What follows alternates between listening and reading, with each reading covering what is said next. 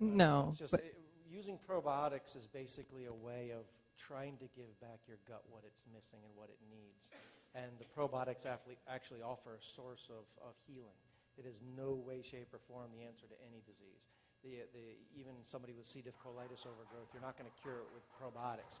What you're doing with probiotics is giving your body a chance to start healing itself with other things. You're going to have to do a multimodal. But probiotics with a combination of a good diet, Correct, absolutely is going to enormously benefit Crohn's disease. So, for example, Crohn's, I don't know if we talked about it last time, but in Europe, a lot of Crohn's disease therapy in teenagers is to put them on an amino acid formula. You basically take them off all food, and that's as good as prednisone for acute remission of Crohn's disease. So what that basically tells you is, what's the main trigger for Crohn's? Food. Right? And if you go to a local gastroenterologist, most of them will tell you food has no bearing on your disease. It's absolutely crazy. If the Europeans can do that, why can't we? And the bottom line is we can. The problem is most people don't want to do it. So they'd rather take their Humira or Remicade or drug instead of going on a very strict diet to heal their disease. And so that's just the reality of it. So here's what's left of the top portion of the ghee. Okay, that's the casein protein that was skimmed off the top. And babe, can I ask you to hold that? Sure. Oh boy. Why don't want me to do it? Yeah. Let me do it. You haven't skimmed it all.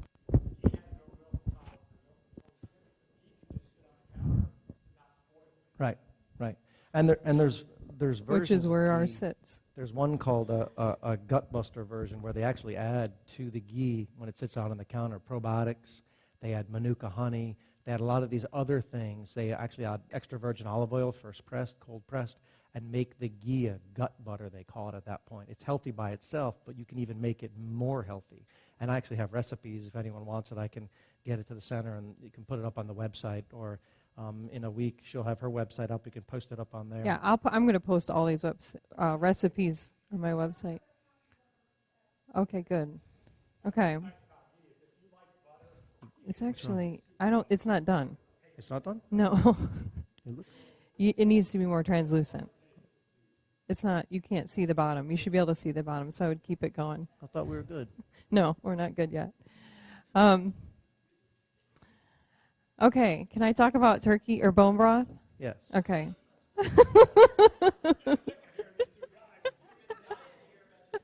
Okay. All right, so we're all getting in the mood for Thanksgiving, and everyone's going to have some bones left over. And bone broth in general is extraordinarily nourishing, whether you're making it with turkey, which I'm going to example for you today, but it can be made with beef, lamb bones, chicken, turkey, and all of the above, pheasant, any animal for that matter. But the way I think of bone broth is you're taking everything that's good from the animal and extracting it from the bones, and you're making it into a simplified form so that then our bodies can reassimilate that into our bodies and take what's good. And bone broth does a fantastic job at that. Now, last time I did this, I actually brought a raw chicken, and I was sort of grossed out that I was handling all that. So I didn't do that this time. So we're going to pretend. So let's pretend you've all had your Thanksgiving meal, and now you have this wonderful carcass. You put the carcass in along with, if you have the neck left over, even I'll say chicken feet. Chicken feet are fantastic source of collagen and gelatinous, which is what we're looking for in this broth. I've never used feet until about a month ago in my broth, and I'm doing all this reading about bone broth. And Sally Fallon she's got some fabulous books. This is a really good one if you all don't have it. It's called Nourishing Broth. She has another one called Nourishing Traditions. Oh, he's got it. Okay, here you go. Yeah, I know.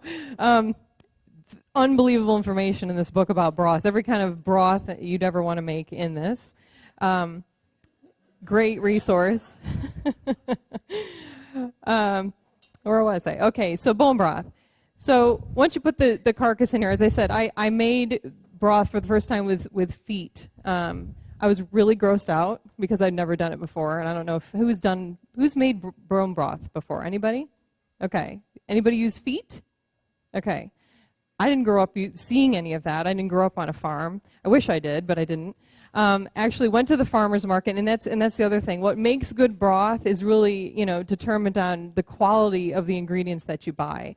So I don't mess around when I'm making this. I want to make sure that the bones that I've gotten it from an animal that's as healthy as possible, pasture raised, hopefully grass fed if it's a cow, organic if you can. But I usually go to my farmer's market and I find farmers that can supply me with some good meat or bones.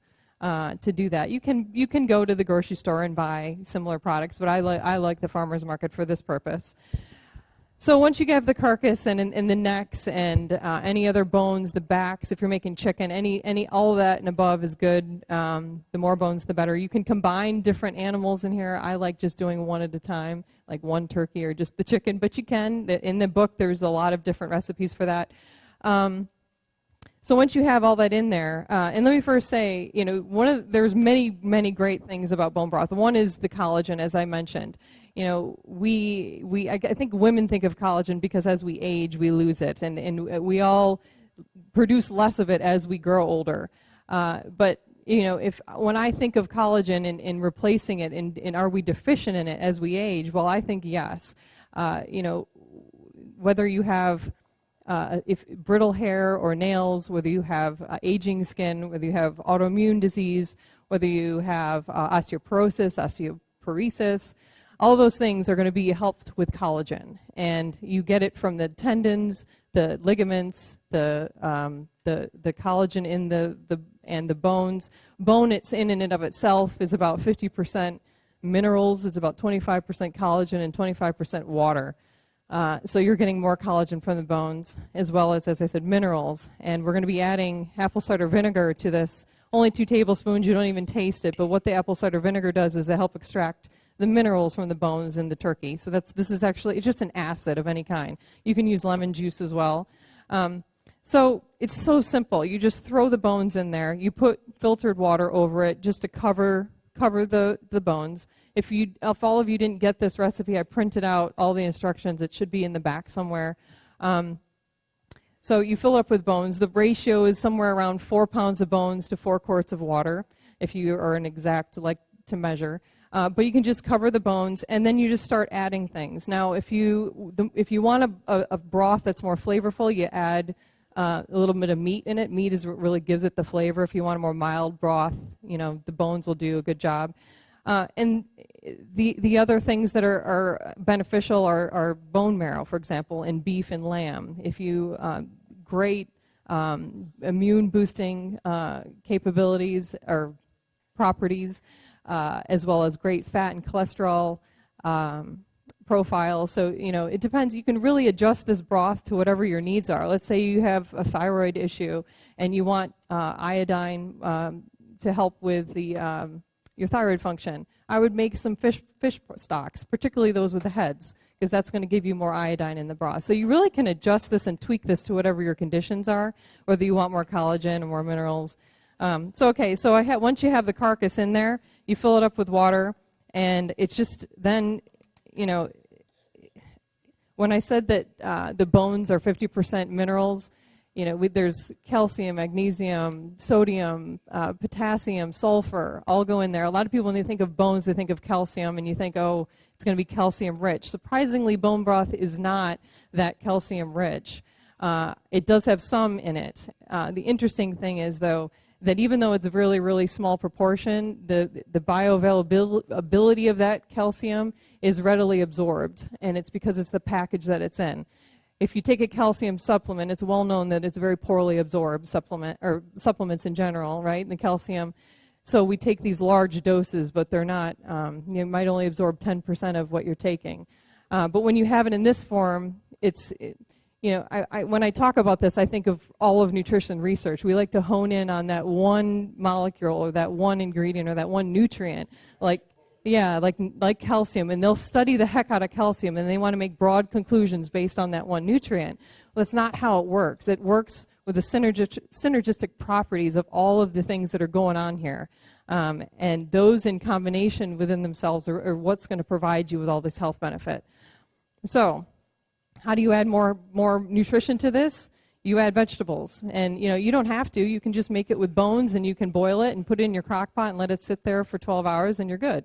But I like to make it as nutritionally packed as I can. So once I have the bones in there, I'll simply cut my vegetables, celery. I leave all the tops on. This is all good stuff. Just wash it, cut it, and you can leave it fairly big. The smaller the surface area, the more nutrients you're going to extract, but you don't have to cut it up really small. All you do is throw them in there. The carrots, some people say to peel them because the skins taste bitter. I've never found that personally, but some books will tell you that. Put some carrots in. A whole onion, I keep the skin on. Skin has flavor, it gives it color. Throw that in as well. This isn't on there, but I put ginger. I like ginger in mine. Enormous anti-inflammatory properties in it. Give it a couple chops. Mm-hmm.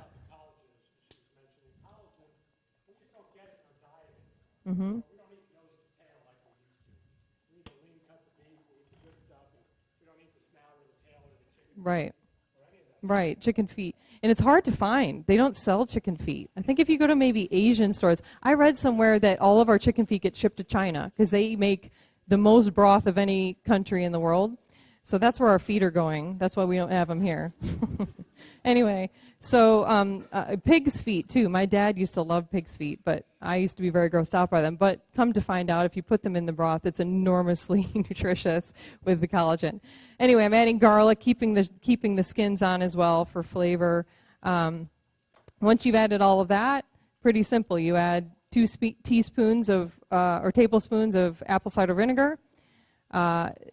Most bone broths have, I think for flavor, bay leaf, some parsley. I'll add a couple teaspoons of this in there. I'll add peppercorns. You can crush them up a little bit. I add about a tablespoon of peppercorns. I don't add salt until the end, and the reason is because when this cooks down, you don't want it to be so concentrated at the end that it's too salty. So I always salt it at the end. What else do I have here? Oh, I add some rosemary and definitely thyme. I think thyme, bay leaf, and parsley is a must. And then you just adjust it for whatever flavor you like. Some people don't. My mother doesn't like rosemary, so I don't put it in when she's around. But anyway, so I put those in, salt it at the end. Now, depending on what kind of bones you have in here, it's going to depend on how long you cook it. And I'll say this as well, that bone broth in general, you not only get the benefits from the minerals and the collagen from it, but you also there are some amino acids that there's a lot of amino acids, but there are 4 big ones. There's proline, I think it's arginine, glycine, but glutamine is the one that gets the most attention. And the reason why is because it's extremely gut healing. Our gut cells or the cells in our gut turn over really rapidly, and they actually prefer glutamine over any other amino acid. So when we're drinking this every day or you're consuming it in whatever form you like, you're feeding your gut cells, and it's extremely nourishing for them. Now, I will say that glutamine in general, if you've heard of monosodium glutamate or MSG, it's quite a controversial substance. It's been around for about 100 years, and it comes in numerous forms. And some people cannot tolerate glutamine or